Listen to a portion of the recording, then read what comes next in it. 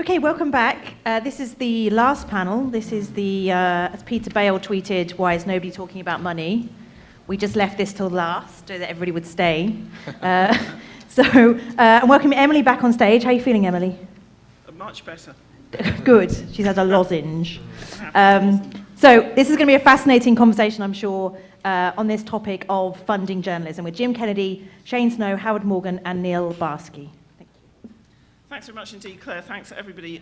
It's sort of warming up in here again now, which is one of those, I don't know whether I've got flu or whether there's something wrong with the central heating system of the school. But thank you very much indeed to everybody who's stayed the course. It's been a long and very stimulating day. And in some ways, I'm sorry we've left this till last, because I think for many people this is the most interesting conversation, which is how do we fund this stuff? And you may ask, well, why do that in a day about journalism and Silicon Valley? That doesn't seem to fit, except it feels as though the disruption that's happening in terms of the control of the distribution and advertising models is actually a critical part of that question. We have a really stellar panel here today to discuss this. I'm going to throw them all a question to start off with about what's actually going on in their own areas. I'm going to start on my immediate left with Shane Snow, who is, incidentally, we have two extremely successful alums from the school on the panel. All the panel is successful, but these two are alums, which just goes to prove that you can actually, doing a journalism degree is actually really, really good for business. So I'm going to turn to Shane first. And I first met Shane when he came to my class in the first year that I was here, which was 5 years ago, and you had just started Contently. And you were figuring out the relationship between commissioning and writers, the whole pool of writers. And when you came back the second year, you said, so we are changing journalism, but in a slightly different way to the way I envisaged, in that this actually producing content, what we call native advertising, is really taking off. Tell us a little bit, we hear so much about that. Tell us a bit about what's actually going on in that world, and your world in particular. Is this as the crazy growth area that everybody seems to suggest it is? Yeah, so what happened to us is we initially wanted to broker freelance journalists to media companies or anyone who wanted to hire them, and very quickly fell into the content marketing or branded content or native advertising industry, where the kinds of companies that wanted to hire freelance journalists tended to be more and more, and the ones who had money to pay, corporations that wanted to do information and education and entertainment in order to build relationships with audiences. So basically, instead of being the advertiser that is next to the content in the magazine, making the magazine, and all of the analogs to that online. And that industry is really booming. Our competition 4 years ago was non-existent, and now everyone is competing in this game, including media companies that are starting to turn their newsrooms or pieces of their newsrooms into essentially ad agencies that do content for advertorial or sponsor content for their advertisers. And every ad agency and PR agency is now selling this, and there's a bunch of tech startups that are working on this as well. What we've evolved into is, first we were just brokering talent. We were a freelance marketplace, sort of like a newfangled talent agency, and turned into sort of a project management platform for publishing and content marketing, everything from story ideas to workflow to getting through corporate bureaucracy and lawyers, all the way to publishing and analytics and integrating with every sort of social platform known to man, and starting with writers and then going into video and infographics and sort of all sorts of ways to tell stories. So we're about 100 people now, employee-wise, and we have a couple hundred clients, half of them Fortune 500 companies, and it's been sort of a crazy ride. So how does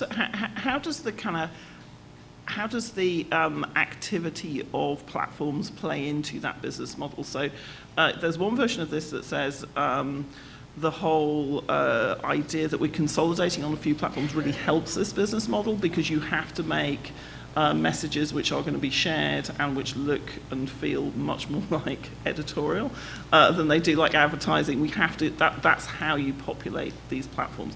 But and your observation that media companies are actually disrupting the creative bit of the agency chain is really, seems to be something almost entirely driven by the shift in distribution models. There's so many things going on there. One thing we've been talking about a lot is this idea of this omni-platform world, which is a horrible buzzword, but it used to be that if you're a publisher, you published on your own platform, which was your newspaper, your magazine, your website. Now, as a publisher, you see all of these publishers that are being very successful in social media, folks like BuzzFeed, that they're considering every place where people are as the platform. And all of these places like LinkedIn and Facebook and Medium are becoming destination publications for media, and this is where we're sort of going in a direction in terms of helping brands to reach people in all of these places.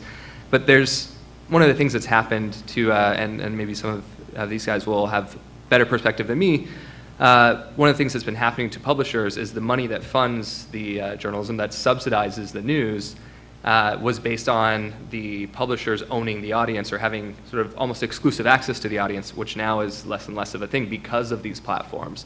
So there's this interesting sort of balance to be achieved, and that's why what publishers are really good at, that you can't take away from them, is their expertise in publishing, their knowledge in how to build an audience and how to get an audience to care, how to build a relationship. So they're starting to monetize that expertise, and that's getting them into the agency business. I'm going to come to Howard now, Howard Morgan, who is on the Tower Centre Advisory Board, though we've not managed to raise massive amounts of capital yet, but who is a co-founder and partner in First Round Capital, which really picks on very early stage businesses and funds those. And you have an interest in, media funding and technology funding. When you speak to media people, they say it's really hard to get funding now unless you are mimicking or you are a technology business. How would you characterize that? Well, I think that's true. I mean, our job anyway is to say no to 99% of the deals we look at because we see probably 4,000 or 5,000 deals a year and do 40. We unfortunately said no to Shane a couple of years ago. Full disclosure. That's like not sign. Somebody didn't sign the Beatles, and that's exactly. Yeah. We make a lot of those mistakes, unfortunately.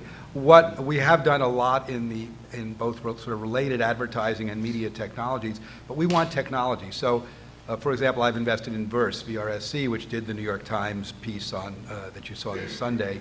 And is doing some other things for a bunch of other players. We have Percolate, which is providing a lot of content for corporate websites. And what Shane said is exactly right, which is that companies want to figure out how to get and brands in particular, how to get people to their website so that they can and the way to do that is give them real information, not just give them advertising. And that real information means content, and they have to get that content created. One way is using Contently. That's certainly a pretty good one. A lot of people are using. Others is to try to curate user-generated content of various kinds. Others is what Percolate does, which is basically curate a million different sites and try to find things that could be relevant to the Kellogg's cornflake consumer, for example. We have companies creating real content in specific areas like Refinery 29, which in the area of fashion has become very big, and that content can drive commerce, which is the other place we're seeing a lot of content come in. But it's most of it not journalistic in the sense of covering the political or those type of events, but it does cover fashion, it does cover entertainment and those areas. And we're seeing a fair amount of money available for that. But what's changed is that, so I have a book with some colleagues from the Wharton School where I used to teach on marketing, called Marketing That Works, and the 2008 edition was all about blogging and how you had to get the bloggers to know you and you had to get the influential bloggers to write about you.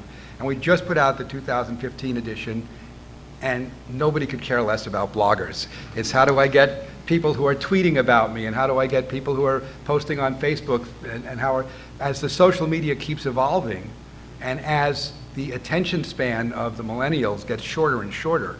I mean, I talked about Say's law, which in economics says supply creates its own demand. and Gresham's law, the cheap money drives out the deer. Gresham's law applies with content, and the cheap tweeting for 140 characters drives out the 3-paragraph blog posts. And that has unfortunately come to pass. I put this out about 4 or 5 years ago. It's come to pass, and so what we really need now are services like Shane's, services like Percolates and so on to get longer form content to people who should see it. And that's something we are trying to find ways to fund. Really long form like Wattpad for authors, that's been, Union Square Ventures did that and been very successful. Most of the funding today is going into video or virtual reality on the technology side because it's video content that the millennials are soaking up, and that is where the money is going today. The Huffington Post and BuzzFeed are doing more and more specific things in video because that's what people want to see. So there's money for that. YouTube has created huge stars and huge amounts of content that have to be found, and the only way to get them found, again, is to get on lots of publishers' sites and lots of places where people can discover. So it's all about discovering curated content, and that curation is really critical. And in video, it's not a lot of places doing it well yet. We still need more of that.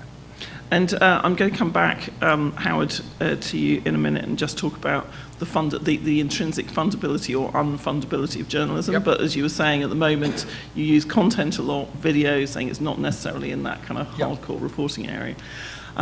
So, Jim, you are in the enviable or unenviable position of sitting inside the AP is a legacy news organization, one of the oldest legacy news organizations.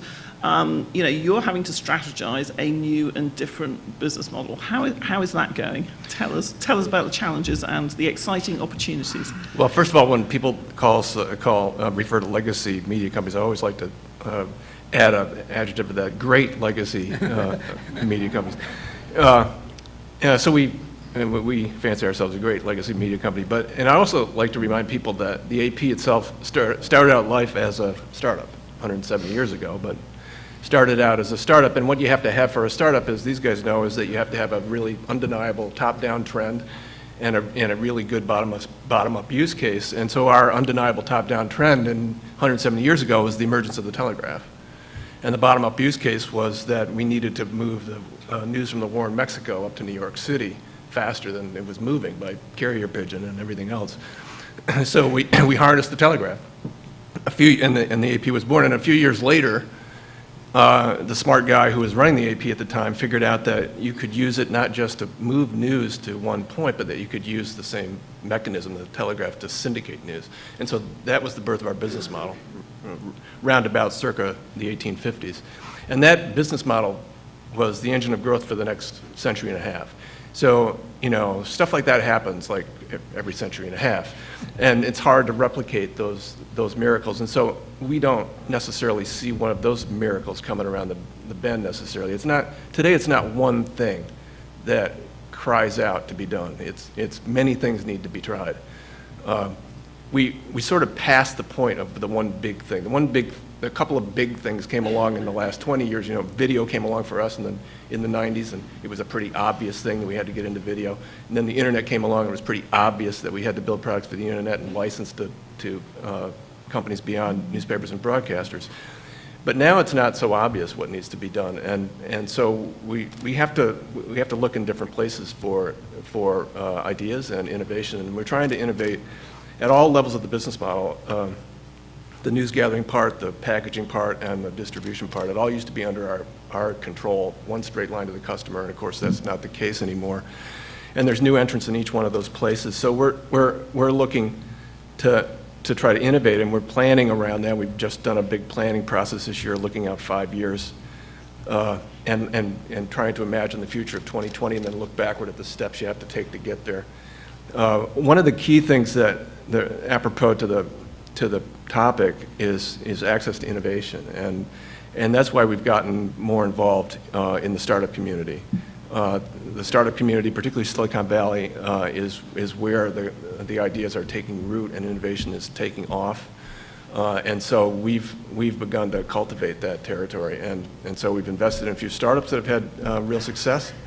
At least one of them's here today, Paul Quigley from NewsWhip, in social news analytics. And we've invested in a fund that runs an accelerator program called Matter Ventures that's based in San Francisco. So the whole point of that is not to make money. The point of that is to access innovation and to bring that innovation to bear on our business and our industry in general, because ultimately the AP is a B2B supplier, and that's where we see, we don't see that changing. We do some things that ultimately reach the consumer, so we need to build our brand for the consumer, but it's more of a B2B2C process. And so when we look for solutions, we look for solutions that help us and that can help the industry. When you're looking at the B2B2C model, I mean, obviously, sort of platforms are a key disruptor in that. You might say, if you wound back 170 years and said, okay, we're going to do what we did. We're going to do what we did then. You would. I mean, I've said this to Twitter before, which is they're kind of like the AP. They're kind of like the AP, but in the 21st century. Mm-hmm. Is there really a B2B2C model anymore? Is it? Yeah, I think so. But the arrow that goes from the last B to the C is no longer in control, under the control of the Bs. Right. So the distribution channels are under other people's control now. So it used to be that the reason we were a classic B2B supplier is that we supplied the newspapers and they had their route to the public, and supplied broadcasters and they had their route to the public. And even in the early days of the internet, the digital outlets had websites. Yep. Essentially the newspaper in the driveway just to your desktop. Now, in the last, the big change, of course, everybody knows, is that in the last 10 to 15 years, that's been totally disrupted, and now the distribution channels are under the control of Google, Apple, Facebook, and Amazon, and Twitter, and others. So, and people are starting to move their content there. So the business has to go there. So what does that mean for the AP? The AP has to think in terms of what our customers are going to need to make that transition. Instead of doing stories that are only suited to be on, in the newspaper or on the website, maybe we do text content that's suitable for immediate distribution into the social channels. So those are the kinds of changes we're thinking through. Right. Now, Neil, you are, in a way, the odd one out here, because you're engaged in a non-profit. I'm self-declared non-profit. Self-declared non-profit, yes, as opposed to accidental Yes. non-profit. It's a business model. Intentionally non-profit. So Neil, as the founder and chairman of the Marshall Project, you had a background as a financial reporter, and you worked on Wall Street as a research analyst. There's a bit of me that thinks you must have known better than to launch into this venture, though the Marshall Project is, a dazzling example of how you can reinvent, or you can really focus on journalism in a different way, which has been completely enabled by better distribution technologies and platform technologies. But just on the business side of that, why did you go for not-for-profit, and is that a sensible move, and is there sustainability in that? The incentive for doing this had nothing to do with journalism. It had to do with criminal justice. So as you said, the Marshall Project is a nonprofit journalism organization, but focused on criminal justice, and it has a mission. We're nonpartisan, but the mission, or the observation, was simply that the criminal justice system is broken, it's a national disgrace, so what we need is a national conversation. And that having journalism in my DNA, I felt that having an aggressive journalism organization was a great way to help spark a national conversation. And lots have gone on since then, and the events have moved much faster than we ever thought. So the first thing to remember is our incentive was not to make money, clearly, but it had a sort of a political motivation. I happen to also believe in journalism as a great, if you look at the Vietnam War, the civil rights movement, public opinion was really framed by people going and reporting on what they found, and I felt, and still feel, that that's the most powerful way to affect social change. Now, that's the motive. In terms of the structure, I left Wall Street, I ran a hedge fund, I left in 2009, and I did a few other things in between, but at some point, I remember thinking, I'd like to go back into journalism. I started reconnecting with the journalism school, and I talked to people in the for-profit world, and this was pre-Twitter, Facebook was barely around, so it was very blogger-driven and website-driven, and I had a goal. I said, let me find something that I had two criteria. It has to produce real journalism, and it can't lose money. I didn't want to, I didn't want to be an accidentally nonprofit. If I'm being nonprofit, it's fine. So there was nothing going on. And at the time, the only thing that was for sale was The Onion, which might not have been a bad, I don't know, I wasn't in a position to buy it. But so I remain, and as an investor, I follow the decline of the newspaper companies, and as a watching it from an analytical perspective, and so I've been very skeptical and dubious about the business model of journalism. I mean, we're talking about technology companies, but Yeah. I still think that over time, nonprofit journalism is going to have a greater market share of what we traditionally define as journalism. For us, being nonprofit is the only option. I mean, criminal justice is not a commercial idea. We are not mass market. We will never have the scale of a BuzzFeed or a Daily Beast even, or a Vox. So we're very niche driven. We cover a niche. And so it's, there's the funding part, which I can talk about, which might be boring, which is foundations and high net worth individuals and engaging people in what we're doing and getting them to give us money. That's one part. The other part of being a nonprofit is not needing to make money, which totally changes the mission. So the most powerful, high-impact things we've done have been partnerships. Say what you will about digital journalism, there's nothing more impactful than the front page of the Sunday New York Times. And when we've been there with investigations at Attica Prison, I mean, that moves the world. So because we're not for profit, we can partner with them. The reader, trust me, the New York Times has no interest for the reader knowing that they partner with the Marshall Project, so you sort of need a magnifying glass to know that we did it with them. Washington Post is much better. But we're achieving so for the brand, it's not helping particularly, it is in the long run, but for the mission, it's helping a lot. So we have a lot of flexibility being nonprofit, that are for-profit. You wouldn't see the New York Times and the Washington Post collaborating, I don't think.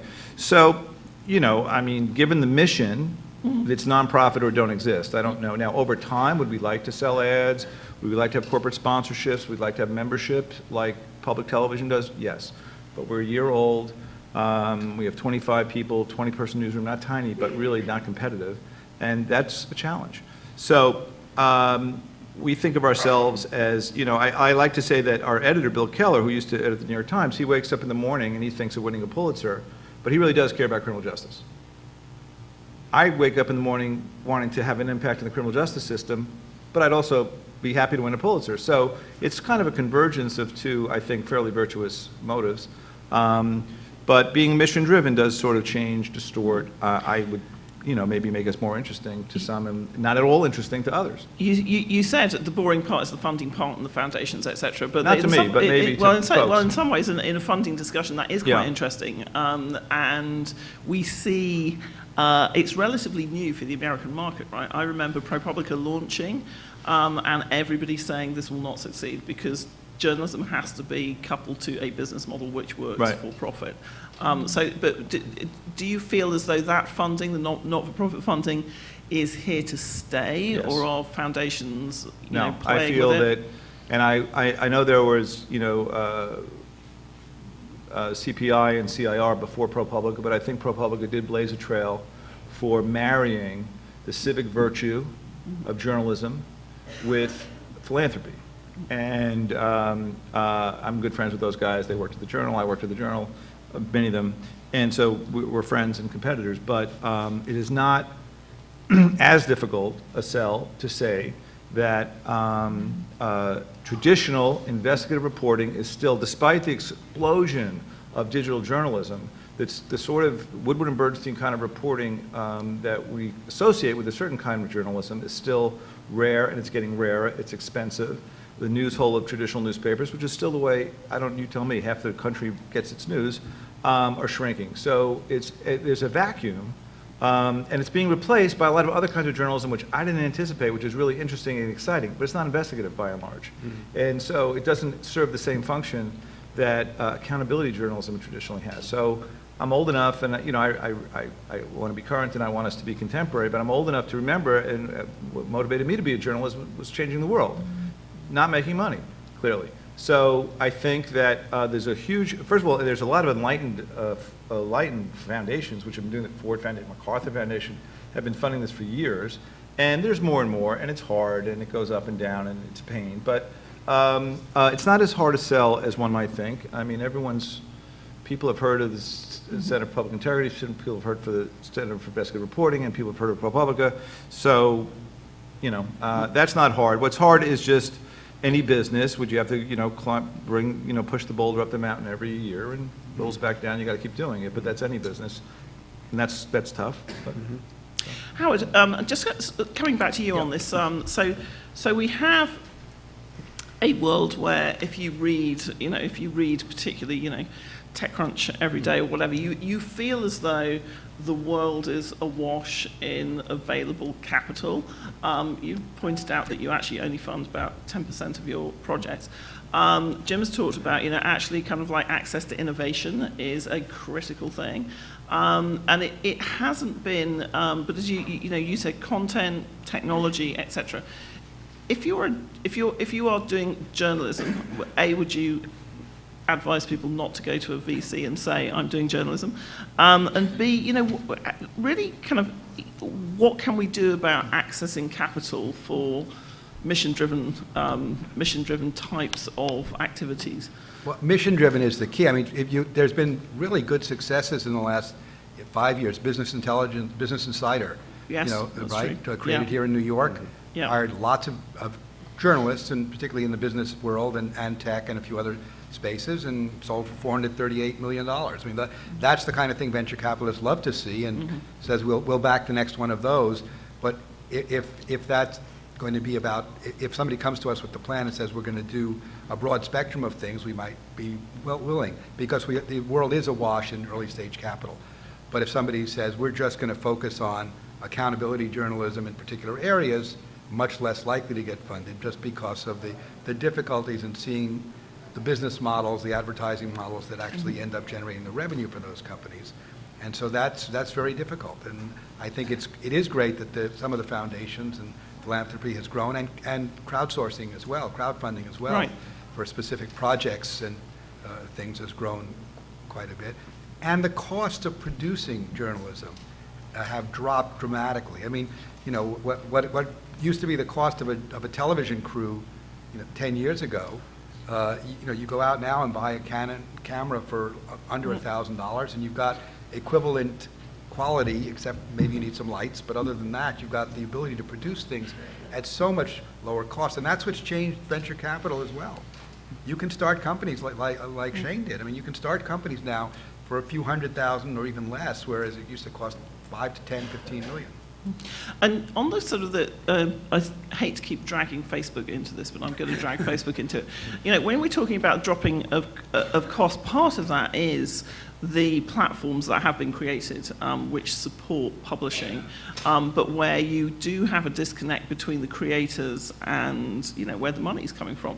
Do you think, Howard, would you fund something that was based entirely on a model that says we're going to outsource ad sales, we're going to not go very deep in the technology stack, we're going to distribute sort of only on social media?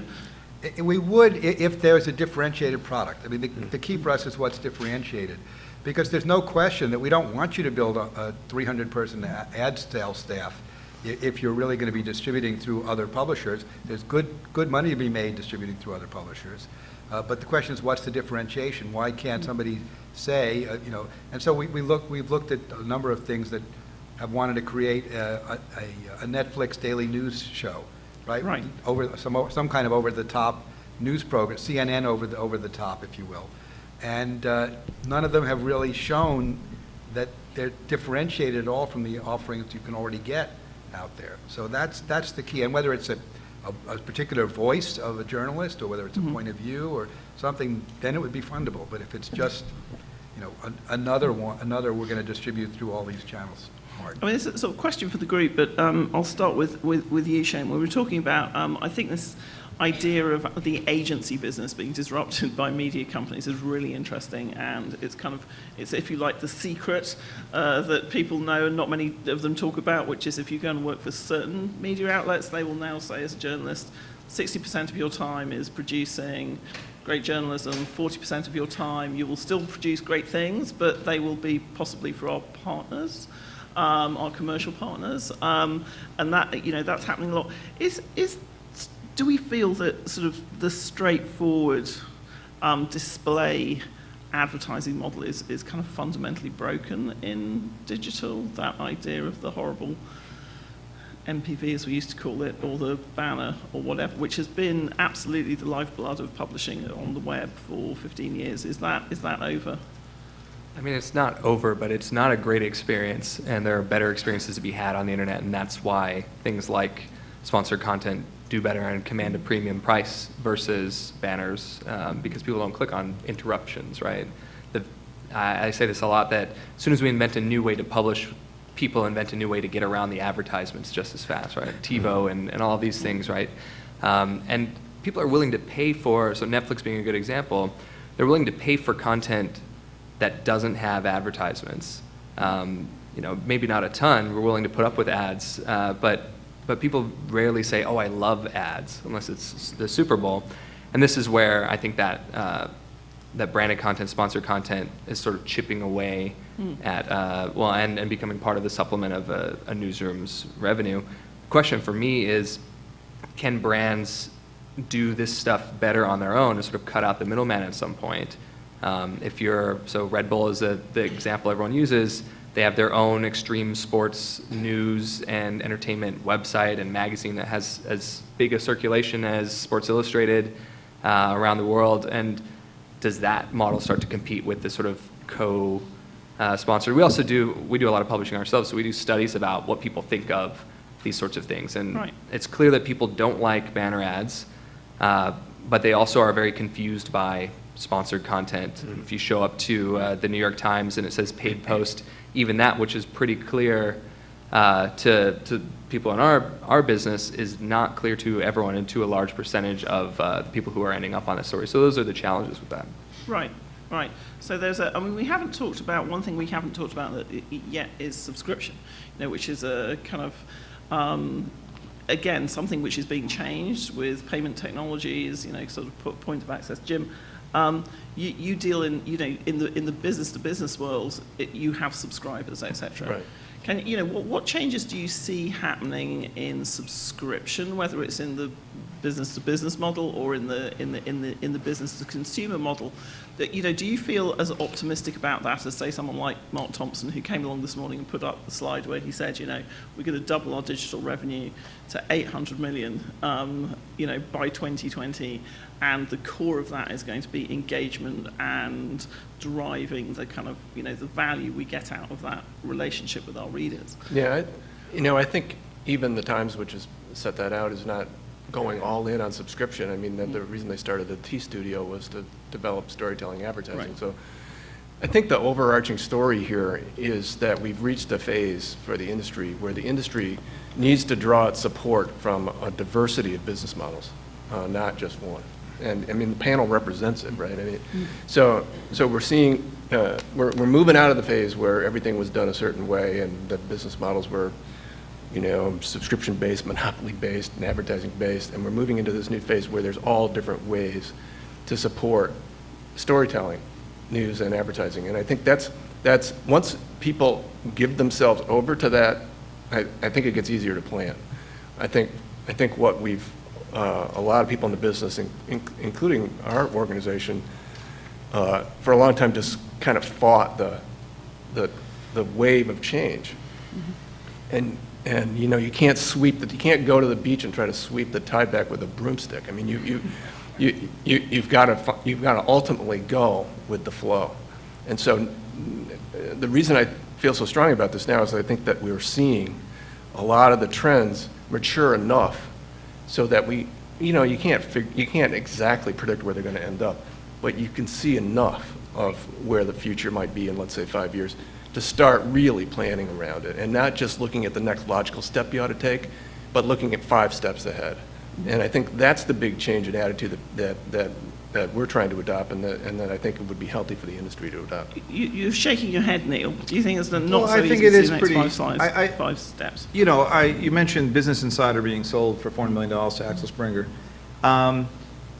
I would just wonder, 10 years ago, is anyone going to care that there's such a thing called Business Insider? What's the value of a journalism brand? I mean, I think what we've really learned, and I'm not speaking now as a nonprofit publisher, although it's telling, is that journalism is one of the most amazing, enjoyable, high value added phenomena in a civil society, and it's a crappy business.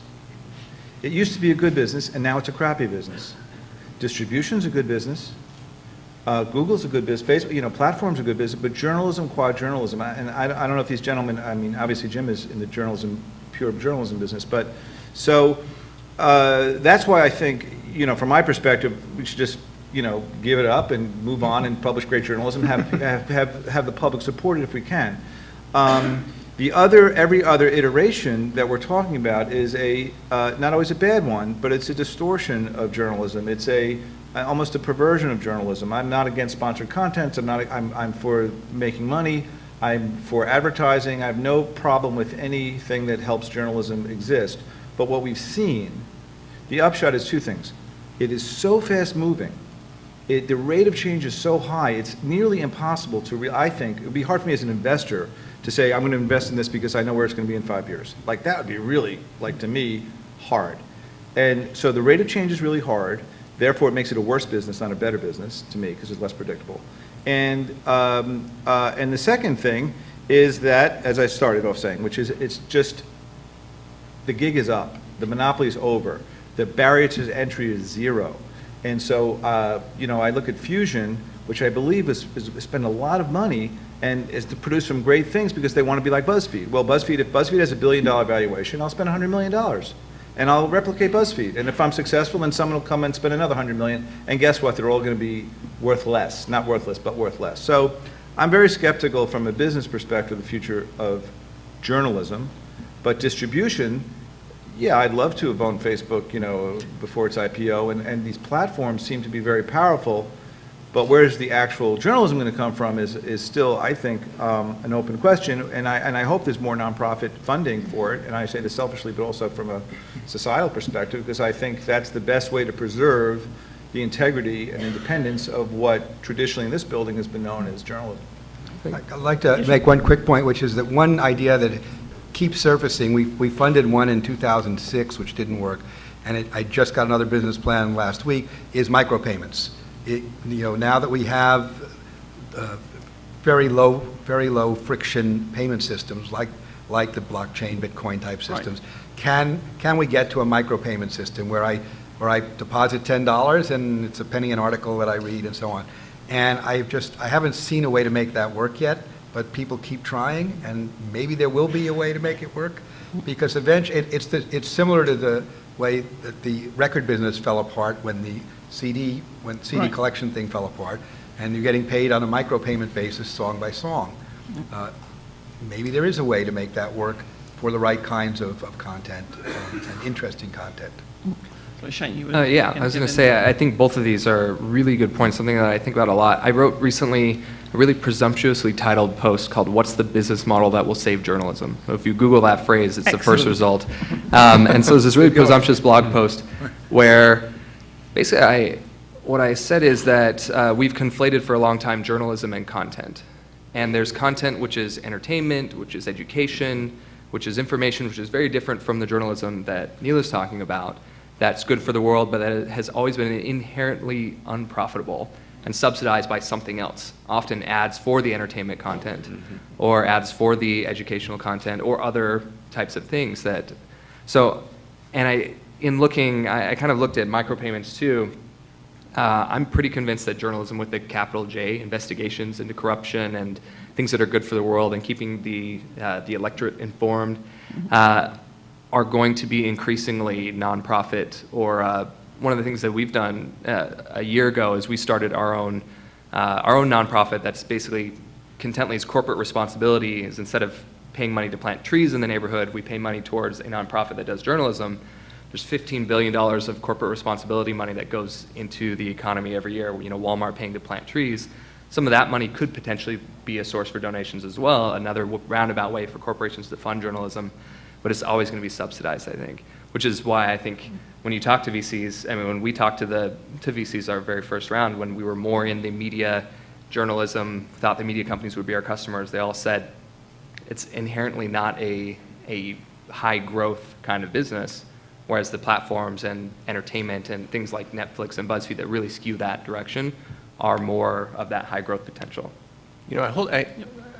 call me naive, but I still hold out hope that the future holds new opportunity for innovation in journalism. And I was struck, I just went to see the movie Truth the other night, and I was struck by the underlying business story there of 60 Minutes, which suddenly came out of nowhere and turned investigative journalism into a profitable enterprise, harnessing network primetime television at perhaps the heyday. So, you know, what's going to happen with these new distribution channels? What are the over-the-top, social mobile? What are the new opportunities there for the people who are running journalism businesses or news businesses, news and information businesses, to innovate in those spaces with those players in sort of joint venture kind of terms, not just taking the crumbs that they want to give us, but, you know, let's talk about how we make a real news service on this platform, and not a cobbled together one that's just automatically driven by an algorithm. Does that, the very sort of first thing that we talked about this morning was just like that pace of movement from platforms into, you know, hosting things more directly. Do you sense that, you know, that what you're talking about, which is, okay, well, let's really create a news platform together, you know, kind of, do you sense that that's ever actually going to happen? You know, will one of these companies break off $1 billion, $500 million and say, right, we're going, you know, we're going to pursue this and start to own it as opposed to host it? My instinct is that the answer to that question is yes, because I don't think it can continue to exist as just as an algorithm-driven grab bag of content showing up in these places. I think that ultimately the brands are going to deliver enough value that there will be some kind of new way to aggregate content and reimagine all the things that we used to have, like reliability, dependability, serendipity, all of that stuff. Will find a new home in new kinds of models with different players. And, you know, who knows, the next great news thing may well be on a social network. And I wouldn't rule it out. I mean, really my guiding principle in all of this is not to look backward, but to look forward, and not to make old models fit the new. Because I think we've gone through 20 years of that and it isn't working. We've got time for like maybe 1 or 2 questions. I don't want to stand between you guys and the drink, which Jim and the AP is very kindly buying us at the end of the day. But if you have questions, please. And if you could just say very briefly who you are as well. That would be Richard Levine, Dow Jones. The last time I looked at mid-year, the American News Association, News Editors Association, published the latest census on employment at legacy media newspapers. It's down 40% since 2009. So the news employment figures at legacy newspapers in the country is now down to about 32,000 from a peak of about 56,000. In large cities and small communities, newspapers are really not reporting the news in any way that was similar to what they were 10 or 15 or 20 years ago. Does anybody see a business model that corrects this? And if not, what is the future of journalism? As Mr. Barsky has articulated it, and what's the future of democracy? Well, we end with the tiny, trivial questions. I would like to, as much as I would like to answer the question, what is the future of democracy? Because no one's ever asked me that before. I just want to point one difficult thing, addressing your question about the business models. One of the very frustrating things if you're an investor is that I don't think there's a single digital news organization with publicly filed financials. If I want to learn about the auto industry or the telephone industry, I could go and get their financials and learn what their margins are, what their growth is, and all we have are headlines and BS, and the New York Times comes closest because it has this big legacy media, so they converge their expenses, and you don't really know. So all these great Vox and BuzzFeed and Business Insider, all these companies that allegedly have free cash flow, they may, but there's no way of verifying. So if you really are a student, you asked before about research. Yeah. And it's not going to be easy. In fact, it'd probably be impossible. But one of the frustrating things, one of the difficult things of prognosticating is we don't actually know what the true profitability is of Gawker. And Gawker comes closest because they gossip so much that from time to time, they leak, their financials. But if you yes. truly want verifiable numbers, this Yep. is the only industry I know, and it's because they're Yep. too small, frankly, I think, that you can't really understand. So I don't really understand, even though I'm in it, I don't understand the economics of any other organization because they're not public. We also don't know, we have no good figures on the new employment created on the digital side of the equation. It's guesswork. It's somewhere roughly around 5,000 plus nationally. More. It feels like we have our marching orders for a research institute in this area right there. So thank you for that, because I wasn't very busy for the next 5 years. Next question. Yeah. So everyone here has discussed the future of non-profit journalism. I want to know what sort of firewalls exist to prevent non-profit journalism from becoming a tool. Like then an example I like to think of is it ethical for Pepsi to fund an investigation into Coca-Cola, even if Coca-Cola has done something bad, even if they've done something wrong, Coca-Cola, is that ethical? Our students are great. So that is a great question, Shane. I mean, I think that's a really thorny area. I think it's thorny territory.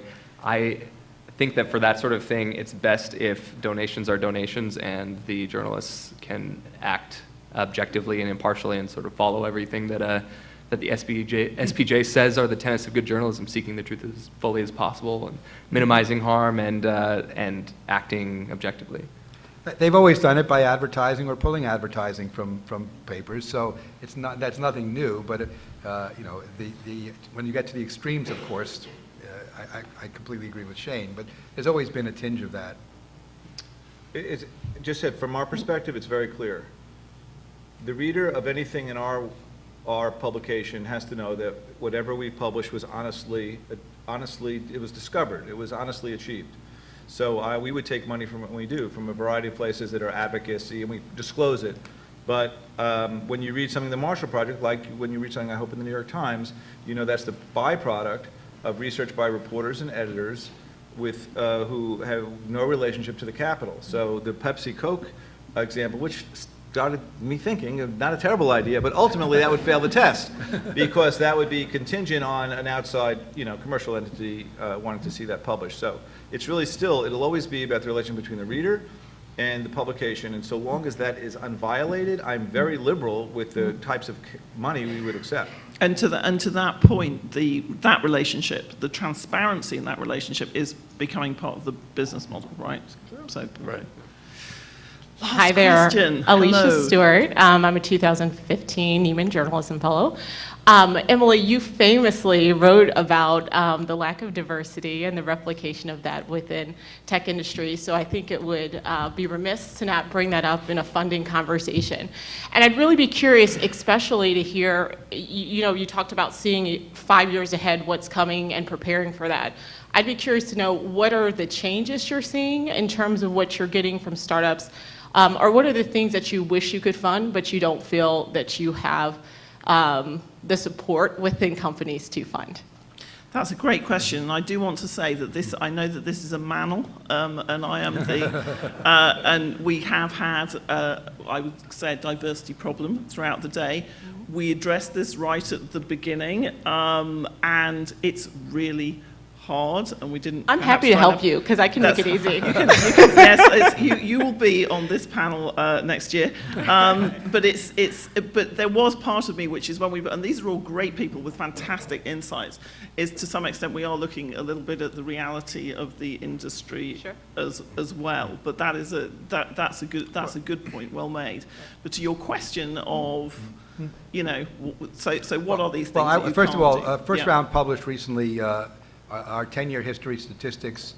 One of the findings was that founding teams with one female member perform 60% better in terms of return on investment than teams of all men. We do believe that in the venture industry, there's more and more looking for teams that are diverse in all sorts of ways. The venture industry itself is pretty awful. we had one female investment partner at first round. She left to go to Intel.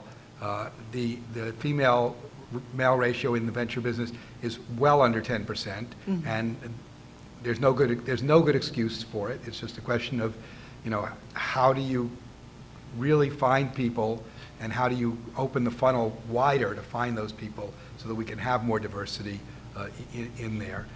It's a hard problem. The venture industry is very aware of it, become more and more sensitive, and we're trying to get there.